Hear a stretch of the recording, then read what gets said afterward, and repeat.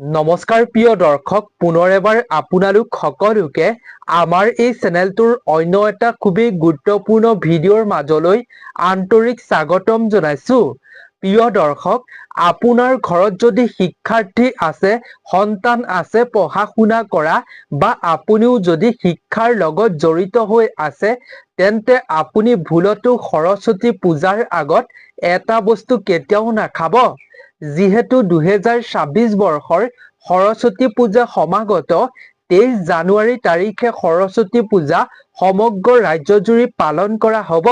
2026 বৰ্ষৰ 23 জানুৱাৰী আৰু মাঘ মাহৰ 9 তাৰিখ শুক্ৰবাৰে পালন কৰা হ'ব সৰস্বতী পূজা।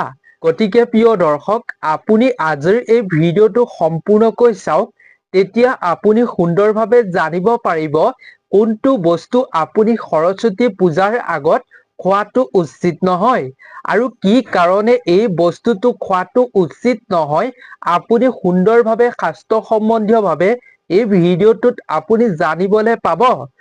গতিকে প্ৰিয় দৰ্শক, আপুনিও যদি আপোনাৰ সন্তানৰ পঢ়া শুনাৰ ক্ষেত্ৰত ভাল ফল পোৱাটো বিচাৰে বা মাতা সৰস্বতীৰ কৃপা দৃষ্টি লাভ কৰাটো বিচাৰে, তেন্তে আপুনি ভিডিঅ'টো সম্পূৰ্ণকৈ চাই এই বস্তুটো আপোনাৰ সন্তানক আপুনি সৰস্বতী পূজাৰ আগত নোখোৱাটোৱেই ভাল বুলি কোৱা হৈছে। গতিকে আপুনি কেৱল ভিডিঅ'টো সম্পূৰ্ণকৈ চাই কথাখিনি জানি লওক। গতিকে প্ৰিয় দৰ্শক, ভিডিঅ'টোৰ মাজলৈ আগবঢ়াৰ পূৰ্বে আপুনি কমেণ্টত ভক্তি মনেৰে মাতা সৰস্বতীৰ নাম অৱশ্যেই লিখিব। জয় মা সৰস্বতী বুলি অৱশ্যেই কমেণ্টত লিখি ভিডিঅ'টোত এটা অৱশ্যেই লাইক কৰি ল'ব। প্ৰিয় দৰ্শক, আৰু যদি পোনপ্ৰথমবাৰৰ বাবে আপুনি আমাৰ চেনেলটোৰ ভিডিঅ' চাইছে, তেন্তে আমাৰ এই চেনেলটো ছাবস্ক্ৰাইব কৰি ৰাখিব। প্ৰতিদিনে আপুনি নতুন নজনা কথা, শাস্ত্ৰ সম্বন্ধীয় বিভিন্ন প্ৰতিকাৰ আপুনি এই চেনেলটোত জানিবলৈ পাব। সেইবাবে আপুনি চেনেলটো অৱশ্যেই ছাবস্ক্ৰাইব কৰি ৰাখিব।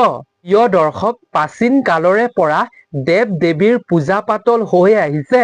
প্ৰিয় দৰ্শক, পুৰাণত কোৱা হৈছে যে এই দেৱ দেৱতা সকলেই হৈছে অসুৰক বিনাশকৰ্তা আৰু তেওঁলোকেই জগতক পালন কৰি আহে।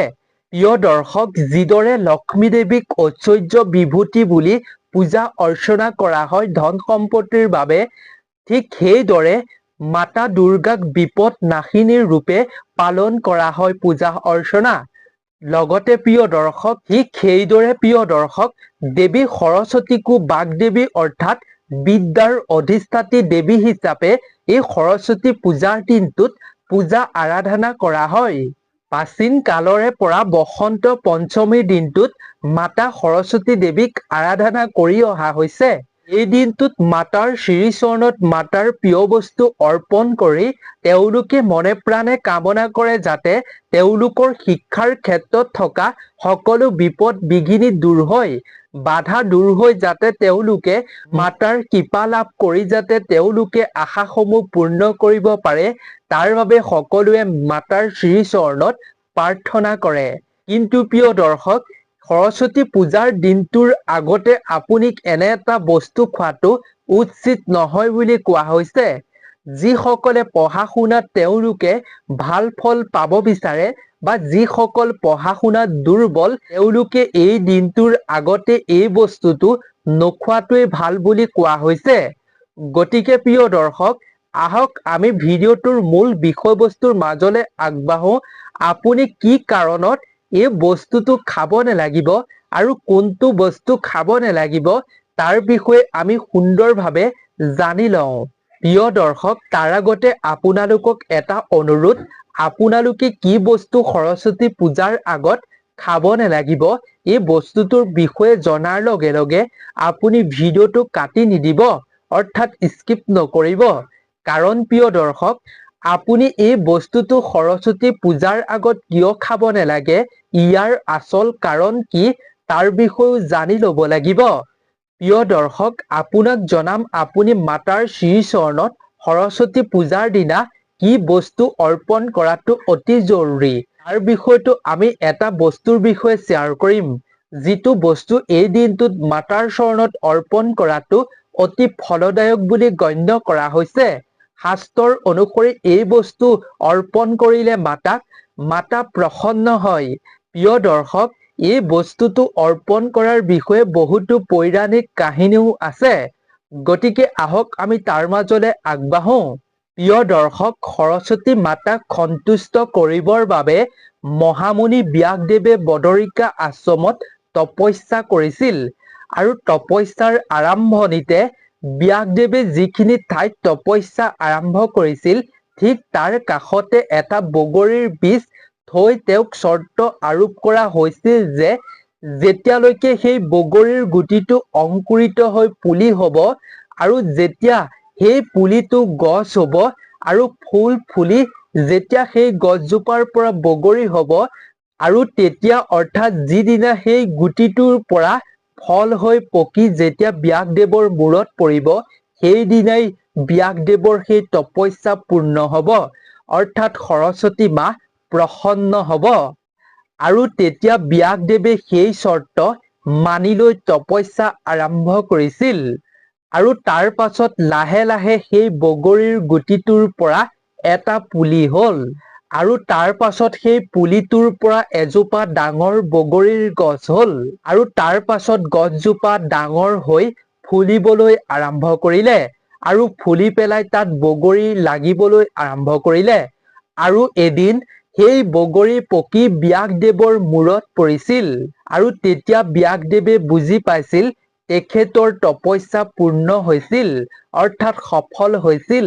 প্ৰিয় দৰ্শক, বগৰীৰ আন এটা নাম হৈছে বৰ্দি আৰু তপস্যাৰ লগত সম্পৰ্ক থকাৰ বাবে সেই ঠাইখিনি বদৰিকা আশ্ৰম বুলি জনা যায়। প্ৰিয় দৰ্শক, যিদিনাখন সেই বগৰীটো পকি ব্যাসদেৱৰ মূৰত পৰিছিল সেইদিনা আছিল শ্ৰী শ্ৰী পঞ্চমী তিথি আৰু সেইদিনা অৰ্থাৎ পঞ্চমী তিথিৰ দিনটোত বেদ মাতা অৰ্থাৎ সৰস্বতী মাতাক যদি বগৰী অৰ্পণ কৰিব পাৰে তেতিয়া মাতা খুবেই প্ৰসন্ন হয় বুলি কোৱা হৈছে। প্ৰিয় দৰ্শক, জ্ঞান প্ৰজ্ঞা আৰু সংগীতৰ দেৱী মাতা সৰস্বতীক পূজা অৰ্চনা নকৰালৈকে সেইবাবেই বগৰী খোৱাটো উচিত নহয় বুলি কোৱা হৈছে। প্ৰিয় দৰ্শক, ধৰ্মীয় আৰু বৈজ্ঞানিক দুয়োটা দৃষ্টিকোণৰ পৰাই বগৰী সৰস্বতী পূজাৰ আগত খোৱাটো উচিত নহয় বুলি কোৱা হৈছে। প্ৰিয় দৰ্শক, পৌৰাণিক কাহিনীৰ অনুসৰি মাতা সৰস্বতীক আগবঢ়োৱা অৰ্থাৎ অৰ্পণ কৰা ফলৰ ভিতৰত বগৰী হৈছে অন্যতম। সেইবাবেই বসন্ত পঞ্চমীৰ দিনা মাতা সৰস্বতীক পূজা কৰাৰ পাছতহে আপুনি প্ৰসাদ হিচাপে বগৰী সেৱন কৰিব লাগে। এনে কৰাটো অতি শুভ বুলি মান্যতা দিয়া হৈছে আৰু কোৱা হৈছে যে মাতা সৰস্বতীক পূজা অৰ্চনা এই দিনটোত নকৰাকৈ সৰস্বতী পূজাৰ আগত বগৰী খালে মাতা সৰস্বতীক অপমান কৰা হয় বুলি বিশ্বাস কৰা হয়, যাৰ ফলত প্ৰিয় দৰ্শক শিক্ষা আৰু বুদ্ধিৰ ওপৰত তেওঁলোকৰ বেয়া প্ৰভাৱ পৰিব, অৰ্থাৎ নেতিবাচক প্ৰভাৱ পৰিব পাৰে বুলি বিশ্বাস কৰা হৈছে। এটা কিংবদন্তীৰ অনুসৰি প্ৰিয় দৰ্শক, বসন্ত পঞ্চমীৰ দিনা দেৱী মাতা সৰস্বতীৰ আবিৰ্ভাৱ হৈছিল আৰু তেতিয়া মানুহে মাতা সৰস্বতীক সন্তুষ্ট কৰিবলৈ ফল মূল তেওঁলোকে আগবঢ়াইছিল আৰু তেতিয়া মাতা সৰস্বতীৰ প্ৰিয় ফল হিচাপে গণ্য কৰা হৈছিল বগৰীক। সেইবাবেই প্ৰিয় দৰ্শক, আপোনালোকে 23 ফেব্ৰুৱাৰী আৰু মাঘ মাহৰ 9 তাৰিখ শুক্ৰবাৰে সৰস্বতী পূজাৰ দিনা আপুনি মাতা সৰস্বতীৰ শ্ৰীচৰণত আপুনি বগৰী নিবেদন অৰ্থাৎ অৰ্পণ কৰিব আৰু তাৰ পাছতে আপুনি বগৰী প্ৰসাদ হিচাপে সেৱন কৰিব। তেনে কৰিলে আপোনাৰ শিক্ষা আৰু বুদ্ধিত আপুনি ইতিবাচক প্ৰভাৱ পৰিব আপোনাৰ লগত। আপোনাৰ সন্তানৰ শিক্ষাৰ ক্ষেত্ৰত ইতিবাচক প্ৰভাৱ পৰিব আৰু যদি সৰস্বতী পূজাৰ আগত বগৰী সেৱন কৰে তেতিয়া শিক্ষাৰ ওপৰত নেতিবাচক প্ৰভাৱ পৰিব পাৰে বুলি বিশ্বাস কৰা হৈছে। গতিকে আপুনিও চেষ্টা কৰিব সৰস্বতী পূজাৰ আগত বগৰী সেৱন নকৰিবৰ বাবে। গতিকে প্ৰিয় দৰ্শক, আপুনি ভক্তি মনেৰে সৰস্বতী পূজাৰ দিনা মাতাক অৰ্পণ কৰিব বগৰী। মাতা সৰস্বতীৰ অসীম কৃপা লাভ কৰিব। মাতা সৰস্বতী আপোনাৰ ওপৰত প্ৰসন্ন হ'ব। গতিকে আজিৰ ভিডিঅ'টো ইমানেই আছিল। আশা কৰোঁ ভিডিঅ'টো চাই নিশ্চয় ভাল পালে। যদি ভিডিঅ'টো চাই ভাল পালে তেন্তে আপোনাৰ বন্ধুবৰ্গ 10জনৰ লগতো যিমান পাৰে শ্বেয়াৰ কৰক, যাতে তেওঁলোকেও সৰস্বতী পূজাৰ আগত বগৰী সেৱন নকৰে। মাতাক যাতে পূজাত বগৰী অৰ্পণ কৰাৰ পাছতে তেওঁলোকেও বগৰী সেৱন কৰে। সেইবাবেই সকলোৰে লগত ভিডিঅ'টো শ্বেয়াৰ কৰি তেওঁলোককো উপকৃত কৰিব। গতিকে আজিৰ ভিডিঅ'টো ইমানেই আছিল। নতুন এটা ভিডিঅ'ৰ লগত পুনৰ এবাৰ আপোনালোক সকলোকে লগ পাম। আপোনালোক সকলো ভালে থাকক, সুস্থ থাকক, তাৰেই আমিও কামনা কৰিছো। ধন্যবাদ।